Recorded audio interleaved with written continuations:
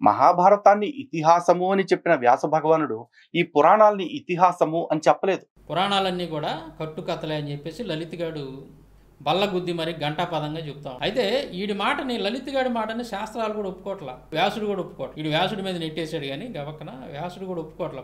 నేను ఒకసారి వాయు పురాణంలో ఒక మాట ఉంటుంది, నేను చదివి వినిపిస్తాను చూడండి. వ్యాసుడు రాసినటువంటి వాయు పురాణంలో ఏముంది, ఏమని రాశాడు వ్యాసుడు అంటే, వాయుపురాణం పూర్వభాగం 1వ అధ్యాయం 203వ శ్లోకంలో ఏమని ఉంటుందంటే, ఇక్కడ ప్రాచీన కాలంలో జరిగిన చరిత్రను బోధించేది పురాణమని అర్థం అని అంటున్నాడు. ఇక్కడ ప్రాచీన కాలంలో జరిగిన అని అంటున్నాడు ఇక్కడ వ్యాసుడు.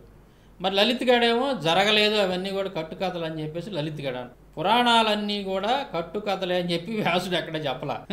అర్థమైందా మీకు?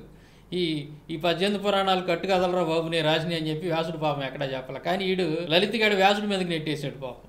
నువ్వు ఏమన్నా వాళ్ళని బ్లాక్మెయిల్ చేసుకుంటా డబ్బులు అడుకు, నువ్వు నీకేం తెలుసురా?